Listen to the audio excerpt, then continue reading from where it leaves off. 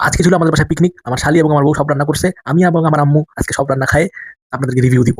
আমাদের নতুন বাসায় এটাই প্রথম পিকনিক। সবাই মিলে আয়োজন ও রান্না-বান্না করাটা খুব মজার ছিল। এজন্য এক ঐতিহ্যবাহী আনন্দ মেলা। রান্না-বান্না শেষে সবাই মিলে একসাথে খাওয়াটা কি যে মজাদার আর দারুণ ছিল!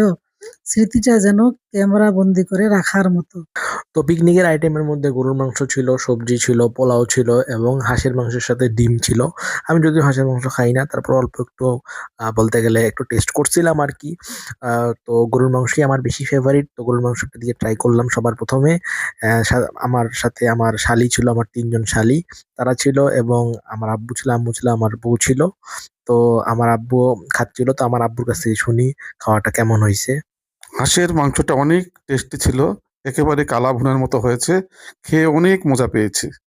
তো ভিডিওটা কেমন লাগছে অবশ্যই জানাবেন। পরবর্তী ভিডিওর জন্য লাইক, ফলো এবং সাবস্ক্রাইব করে রাখবেন।